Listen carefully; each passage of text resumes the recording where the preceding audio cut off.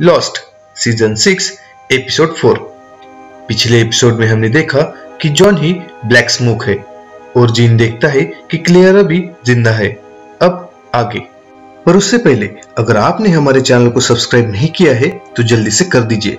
तो चलिए ज्यादा बकबक ना करते हुए आगे बढ़ते हैं। अब हमें दूसरे लाइफ का सीन दिखाई देता है जहां पर जॉन एयरपोर्ट से घर आ जाता है, लेकिन जब वो गाड़ी से उतर रहा होता है तब उसके मशीन में थोड़ा सा प्रॉब्लम हो जाता है। तब जॉन वहां से उतरने का ट्राई करता है तो वो लॉन में गिर जाता है और तभी वहां का स्प्रिंकलर चालू हो जाता है।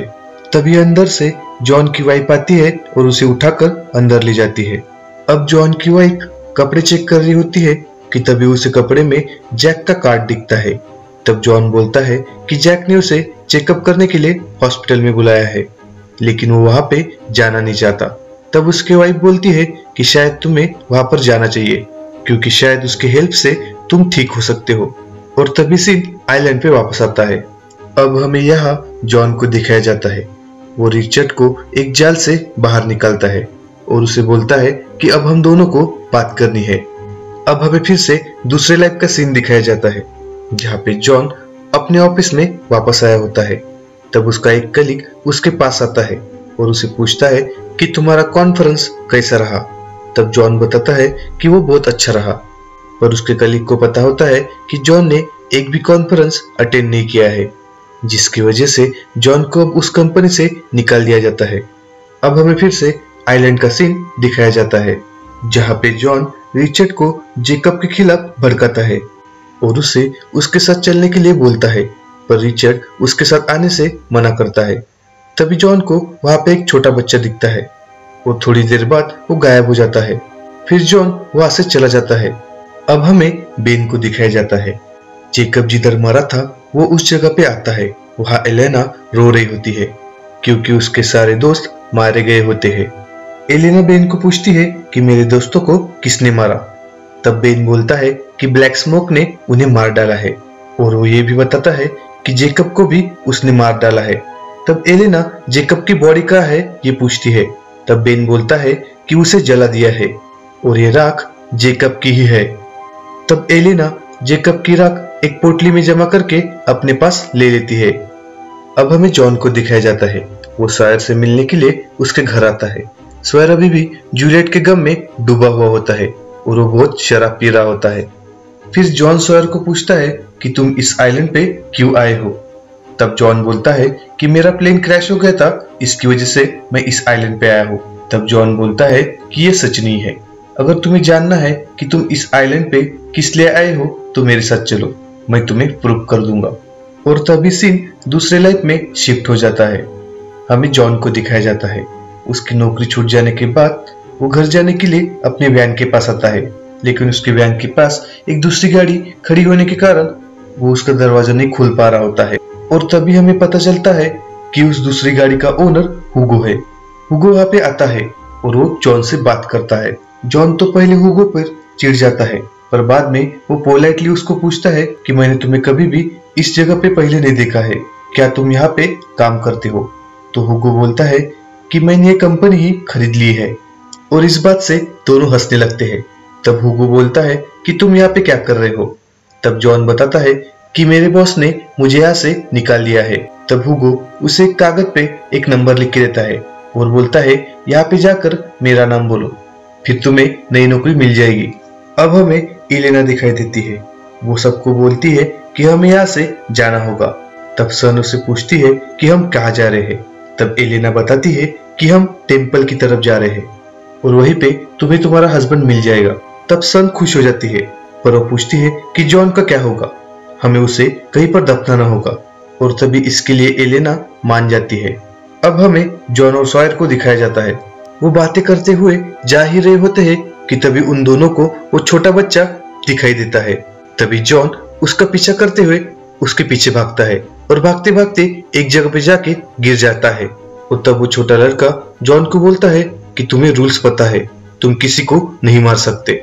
तब जॉन उसे बोलता है कि तुम्हें मुझे रूल्स के बारे में बताने की कोई जरूरत नहीं है। और तभी सीन शिफ्ट हो जाता है। अब सॉयर जॉन को आवाज दे रहा होता है, पर जॉन वहां पे अभी तक नहीं आया होता है। तभी वहां पे रिचर्ड आता है और वो सॉयर को बोलता है कि जल्दी से मेरे साथ चलो, हम दोनों टेम्पल में जाएंगे। पर सॉयर बोलता है कि मैं वहीं से भाग कर आया हूँ, मैं टेम्पल में वापस नहीं जाऊंगा। रिचर्ड उसे बोलता है कि वो जॉन नहीं है। तब सॉयर बोलता है कि मुझे वो पता है। तब रिचर्ड बोलता है तो फिर क्यों तुम उसके साथ हो? तब सॉयर बोलता है कि वो मुझे आंसर देने वाला है कि मैं इस आइलैंड पे किस लिए आया हूँ। और तभी जॉन के आने की आहट हो जाती है और उसकी वजह से रिचर्ड वहां से भाग जाता है। जॉन सॉयर को पूछता है कि तुम किससे बात कर रहे थे, पर सॉयर उसे झूठ बोल देता है और तभी वो दोनों वहां से चले जाते हैं। अब सीन फिर से दूसरे लाइफ में शिफ्ट होता है। अब जॉन एक जगह पे इंटरव्यू देने के लिए आता है। वहां की इंटरव्यूअर जॉन को एनिमल के बारे में क्वेश्चन पूछती है और इस बात से जॉन परेशान हो जाता है। वो बोलता है कि मुझे तुम्हारे सुपरवाइजर से बात करनी है। तभी वहां की सुपरवाइजर रोज होती है। वो जॉन के पास आती है और उससे बात करती है। जॉन उसे बोलता है कि तुम्हारी कंपनी में एनिमल्स के बारे में क्वेश्चन पूछे जाते हैं और उसी के बेस पे सिलेक्ट किया जाता है। रोज उसे बोलती है कि ये सही है, हम ऐसे ही इंटरव्यू लेते हैं। तब जॉन बोलता है कि मुझे यहाँ पे हुगो ने भेजा है क्योंकि इस कंपनी में जॉब अवेलेबल है। तो रोज बोलती है कि हुगो हमारा बॉस है और इसी के बेस पर हम तुम्हें यहाँ पे जॉब देंगे। अब हमें जॉन और सॉयर को दिखाया जाता है। सॉयर जॉन के ऊपर गन तान देता है और उसे पूछता है कि तुम कौन हो। तब जॉन उसे बताता है कि मैं इस ट्रैप में फंसने से पहले तुम्हारी तरह ही एक इंसान था। मुझे दर्द होता था, मुझे गुस्सा भी आता था और मुझे प्यार भी होता था, पर अब इस ट्रैप में फंसने के कारण मैं यहीं पे अटक गया हूँ और मुझे इस आइलैंड से बाहर निकलना है। और अगर तुम्हें मुझे मारना है तो मुझे मार डालो, पर अब तुम अपने सवालों के जवाबों के एकदम करीब आ गए हो। पर तभी सॉयर उसे नहीं मारता।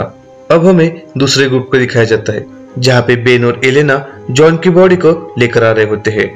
वो उनकी बनाई हुई स्मशान भूमि के पास आते हैं और जॉन के लिए खड्डा खोदने लगते हैं। फिर जॉन को उस खड्डे में डाल देते हैं। बेन जॉन के लिए 2 शब्द बोलता है और बाद में उसे दफना दिया जाता है। अब हमें फिर से दूसरे लाइफ का सीन दिखाया जाता है जहाँ पे जॉन जैक को कॉल करने वाला होता है पर वो कॉल नहीं करता। तभी वहां पे उसकी वाइफ आती है। वाइफ उसे पूछती है कि तुम किसे कॉल कर रहे हो। तब जॉन बताता है कि मैं जैक को कॉल करने वाला था पर मैंने नहीं किया। तब उसकी वाइफ बोलती है तो फिर क्यों तुमने उसको कॉल नहीं किया। तब जॉन बोलता है कि मेरी कंपनी वालों ने मुझे निकाल दिया है। और तभी बेल बजती है और जॉन की खोई हुई बैग एक कुरियर वाला आके उसे दे जाता है। बैग लेने के बाद उसकी वाइफ उसे पूछती है कि तुम्हें जॉब से क्यों निकाल दिया। तब जॉन बताता है कि उसने कंपनी से झूठ बोला है और उसकी वजह से उसकी कंपनी वालों ने उसे निकाल दिया है। और वो ये भी बोलता है कि शायद कोई भी डॉक्टर उसे ठीक नहीं कर पाएगा, इसलिए मैं किसी डॉक्टर के पास जा नहीं रहा हूँ। और अगर तुम्हें तुम्हारी लाइफ यहाँ पे वेस्ट नहीं करनी है तो तुम जा सकती हो। और उसकी वाइफ बोलती है कि चाहे कुछ भी हो जाए मैं तुम्हारे साथ ही रहूंगी। और सभी सीन फिर से आइलैंड पे शिफ्ट होता है। अब जॉन सॉयर को एक जगह पे लेकर आता है और उसे बोलता है कि हमें सीढ़ी से नीचे जाना होगा। तब वो सीढ़ी से नीचे जाने लगते हैं कि तभी सॉयर उतरते वक्त एक सीढ़ी का पल्ला टूट जाता है और सॉयर गिरने वाला होता है, पर तब जॉन उसे बचा लेता है। नीचे आने के बाद वो दोनों एक गुफा के अंदर आ जाते हैं। अब जॉन पत्थर पे सबका नाम दिखाकर सॉयर को बोलता है कि तुम इसलिए यहाँ पे आए हो। सॉयर वो पूरे नाम देखकर शॉक हो जाता है और तभी सीन फिर से दूसरे लाइफ में शिफ्ट हो जाता है। अब जॉन एक स्कूल में टीचर की नौकरी करने के लिए आया हुआ होता है और वो वहां पे बेंजामिन से मिलता है।